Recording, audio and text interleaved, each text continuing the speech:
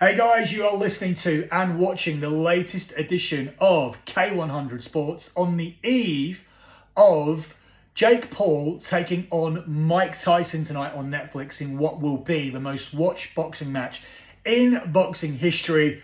I am a huge Tyson fan. You can see a painting of Mike Tyson on my wall behind me with a signed glove underneath it. Yet, because of sports betting, I cannot be pulling for Mike Tyson tonight. If you listen to the podcast that I put out over on the Sports Gambling Podcast Network, the latest edition of The Fight Show, you'll find out why. And it's not because I don't want Mike Tyson to win. It's because I don't see a realistic path to victory. A lot of people have convinced themselves that this is going to be the old Mike Tyson, and at 58 years old, he's going to find a knockout power to knock out a 27-year-old Jake Paul or find another way to victory. But I am not in that camp. Netflix, Jake Paul, Mike Tyson have all done a masterful job in selling this fight, and that has caused the line to move. Mike Tyson at the start of the week was a significant underdog and Jake Paul was a significant favourite, but he's no longer available at minus 220. He's now moved into the region of minus 150, giving you very, very good value on Jake Paul on a line that I think should be closer to minus 400, minus 500. Jake Paul doesn't make fights that he's going to lose. This is a big deal for Jake Paul. Money can be made of Jake Paul for years and years to come because he's 27 years old, and that will all be damaged by being knocked out or losing at all to a 58-year-old Mike Tyson. So whilst it is a wonderful fantasy and it's something that people have bought into because they have put bets down on Mike Tyson, I'm a realist. I'm a sports betting expert who could look very silly after this video goes out and in 24 hours time Mike Tyson has found a way to knock him out and the whole world is happy. And I wouldn't be unhappy because if I didn't have any money on it, if I didn't have this job, my preference would be for Mike Tyson to knock out the little prick, but it's not going to happen. So I'm a big Mike Tyson fan and I can live with either outcome, but business is business, and I have to be professional about it, and I've already given my views in detail over on The Fight Show on the Sports Gambling Podcast Network, so be sure to check it out. So let's move on with some other things we're going to discuss here on the show. We're going to look at the NFL odds to make the playoffs, but I want to start with the Chicago Bears. Now, I just did a video about the Chicago Bears outlining mine and my son's experience with Caleb Williams. It was a video that I already recorded and I decided not to put out because I just couldn't be bothered with the backlash and looking at people's silly opinions and reading their hatred towards memorabilia collectors. So I decided it wasn't worth the hassle, but I've had a change of heart this week because in recent weeks, the Bears have gone to complete shit. It is Bears-Packers week, so I've decided to put the video out in its original form. I've added a little intro at the start, so be sure to check it out. While Chicago were over here, though, I did conduct some interviews with some Bears fans. I did do some additional content for the Sports Gambling Podcast Network, which they decided that they didn't want to use. So it was a little bit of a waste of time, but I still have the footage. So I'm going to put it in here so you guys can see what Bears fans thought would happen in that London game and what their expectations were for the rest of the season. Now, obviously at this point, those expectations have fallen short. Everybody I spoke to expected the Bears to make the playoff, which, as we're recording this show, is now a 16-1 shot. I'm here with Jay, Bears fan, come all the way from the US. When did you head out here? Got here on Wednesday. So you're a dedicated Bears fan. Dedicated Bears fan. Big expectations for the season? Yes, big expectations for today. Right. We like to keep them week to week. It's a week-to-week league. What do you think of Caleb? What do you think of Caleb's start? Caleb his start started off rocky, but he's getting better every week, and I'm anxious to see what he does this week. It's a bigger test now. 300 yards he threw for last week, 35 yards rushing, but against the Panthers. So now we got the Jags today. So that's 2 300-yard games in a row. Right. First Bear quarterback to do that in quite some time. Yeah. So today is going to be another one. I predict that. So I'm a Packers fan. In our division, the Vikings. You should have told me that before we started speaking. The Vikings have surprised us all. Yes. We're in a really tough division now. Who do you think wins it? Who do you think finishes bottom of our division? The Vikings will probably win the division. Right. The Packers will end up last. But I wasn't surprised by the Vikings. I think you really mean it. Yeah, I do. I wasn't surprised by the Vikings. Right. Sam Darnold's a good quarterback. Right. And they had a good team before. And what do you think, lastly, of today? You guys got here on Monday. That's usually a big advantage. The Jags flew in Friday morning. So running from the weather, too. Right. Running from the weather like they're going to be running from us today. So what's your prediction? 28-14, Bears. Thank you. Cheers. Right now. I'm here with Ryder. He's another Bears fan. Have you come all the way from the US for this? Bears. Yeah, I came from Denver, Colorado. When did you get here? Thursday. What do you think of the UK? It's been awesome so far. A lot of Bears fans. Great time here in the staying in London. Yeah. When are you heading back? Tomorrow. So what are your expectations for today? I think we're in for a Bears win, to be honest. I think Roma Dunze is going to have a big game. I think Caleb's going to keep playing how he's been playing. I think Bears defense will shut down the Jags. I'm confident. How much of that is impacted by, do you know that the Bears got here on Monday, the Jags only got here Friday? You knew this? Yeah, the Jags' flight was delayed, and they were still coming on Thursday. I didn't know that. So their flight was delayed, and, I mean, I got here, my second day here, it was tough. It was hard getting up. I was tired all day. I think that'll happen to some of the Jags players. I think they'll be jet-lagged, and it'll affect their game plan. Are you surprised you guys drafted Caleb Williams? Jalen Daniels is killing it for the Commanders. Are you surprised by that? Are you surprised that you haven't drafted the best quarterback at the moment? This early in the season, we don't know, but at the moment. I'm not surprised. I truly do think Caleb is – I think Jaden Daniels and Caleb are both going to be great quarterbacks. I do think Caleb's better. That might be wrong, but I'm happy with Caleb's performance so far, and I do think I think they're both going to be great, but I think Caleb's better. How do you make the playoffs out of our division? I'm a Packers fan. I'd be surprised by the Vikings. We knew Detroit would be good. I don't think they've actually been as good as we expected. How do our teams get out of the division? How do we get to the playoffs? Yeah, it's brutal being the NFC North. I think the Lions are the best team in the division. Vikings are the best as of now, but I do think the Lions are the best. I think they'll win the division. And I think two other teams from the division will make it. It's up to which one of the three, Vikings, Packers, and Bears, which two of those step up. I do think the Vikings could take a tumble, but they're a good team. It's going to be a tough division, and we'll see who gets out.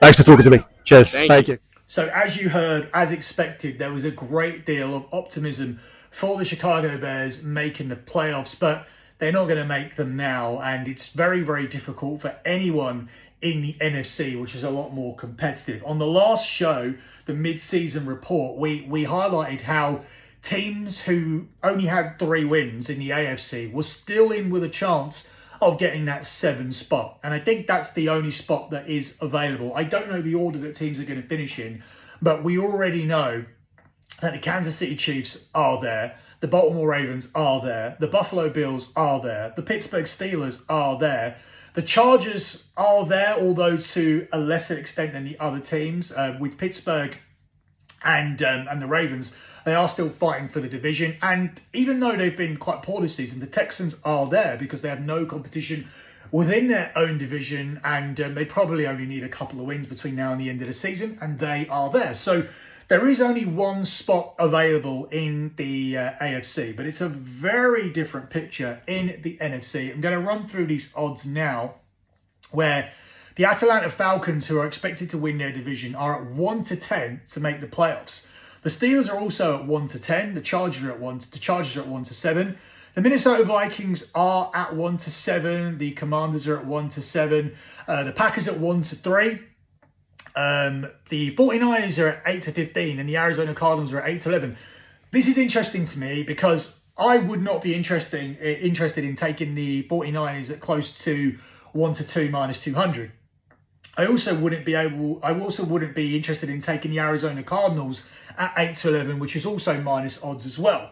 I feel that if you like the Cardinals or you like the 49ers, you must like them to win the division, because here you see the Green Bay Packers above them at 1-3 minus 300, giving them a strong possibility of making the playoffs, which means that the books strongly fancy the Vikings and the Packers to go through from the NFC North. So when you look at all of the divisional winners and you're taking 2 teams from the North, then that automatically only leaves 1 additional spot.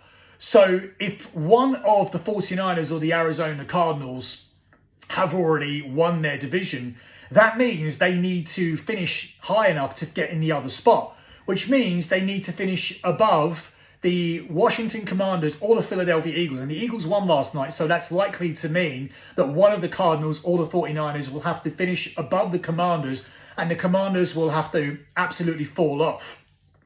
I don't see that being the case. They also have to finish above the other competition in their division, which still isn't done. The Rams aren't done. The Seahawks aren't done.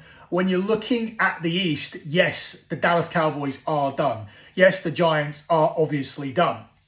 And when you're looking at what else is coming from the South, I don't think there's any realistic chance that we see something from the Saints, but there is a small possibility that we see something from the Buccaneers because they have a very easy schedule between now and the rest of the season, but they would have to almost win every single game to be in with a shout. So that's why I wanted to take pause there. In the AFC, it is really between the Bengals, Broncos and the Colts, and they're all clustered together here. Narrowly ahead of the pack are the Bengals at 5-4 plus 125. Then you have the Broncos at 2-1 plus 200. Then you have the Indianapolis Colts at 9-4, which is plus 220. Or is that plus 225? I forget. Then you go down to the Buccaneers. So the schedule, the easier schedule is recognised by the books because they have them here at 3-1. The same price as the Miami Dolphins, who suddenly came to life. And as I said, 3-win teams aren't dead on the AFC side of things. You have the Rams at 5-1, the Seahawks at 6-1, the Jets at 8-1 here. I wouldn't take the Jets at 80-1 from what I've seen from them so far this season. I'm done losing money on the Jets. That's already going to be a harsh futures hit for us over at Lock Betting. It's 16-1 on the Bears, as I mentioned, 20-1 on the Saints, and 28-1 on the Dallas Cowboys.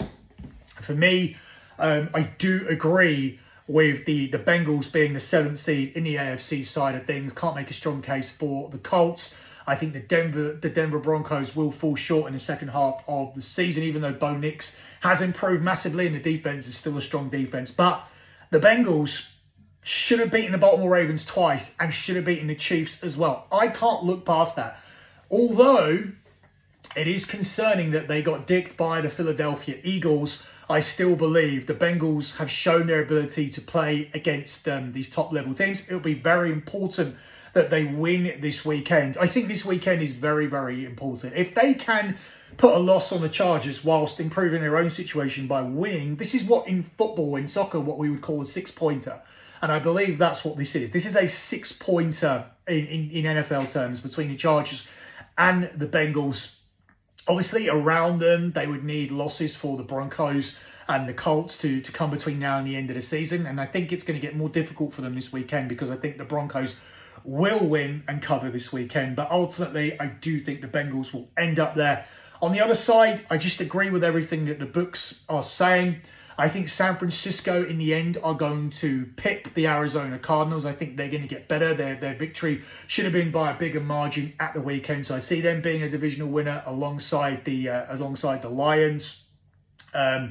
Elsewhere, I think that it's going to be the Eagles now based on what we saw last night. And I think Atlanta are very difficult to cash.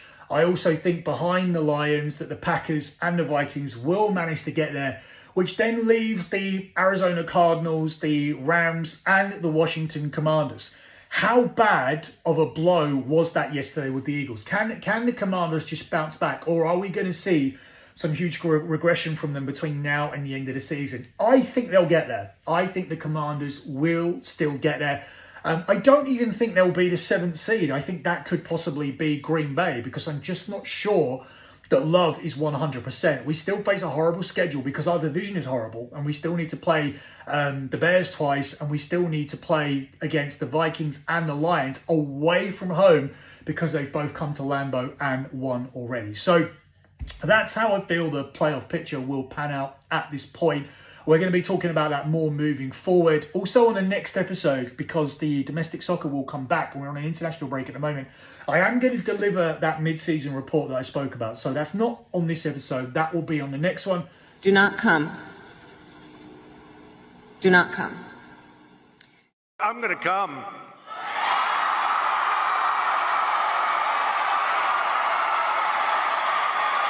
We are going to close out the show with some tennis, and Jannik Sinner is the front runner, and rightfully so, for the ATP finals, and I cannot look past him winning on his own turf and finishing this season strong.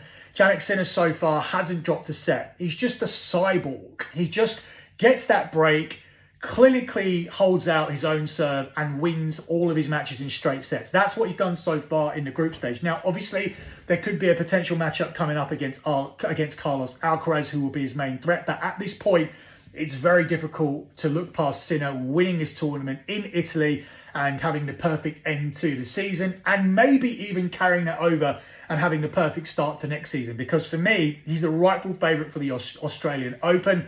The biggest threat there may come from Novak Djokovic. I feel there was a reason why Djokovic pulled out of this tournament. I think he's going to be doing everything possible to get right for the resumption of the new season. He's definitely eyeing up Grand Slam number 25, and I think his best chance may come in Australia. So a fresh Novak Djokovic, who's fully preparing for that one tournament, is going to be a dangerous Djokovic. It's the tournament that he's won the most, and that will be the biggest threat to Jannik Sinner. But just because he is a threat doesn't mean that I'm taking him. I just think Sinner's playing at a different level at the moment. He's a younger version of Novak Djokovic, and the current version of Djokovic cannot beat the younger version of Novak Djokovic unless there is a mental lapse from Sinner. But we didn't see that. There was heavy criticism of Sinner, heavy scrutiny. Sinner was under heavy scrutiny going into the US Open because of the whole drugs issue, and he still won that tournament, which shows he's a cyborg. He is a mental monster. He isn't phased. I thought that would be a weakness. It wasn't. He proved me wrong. And I believe it's very, very difficult to look past Jannik Sinner winning this tournament and starting next year with, and not starting next year with a win in the Australian Open as well. So that's it for me and this episode of K100 Sports. I'll catch you again next week with that soccer mid-season report across the European leagues. Thanks for watching. Thanks for listening.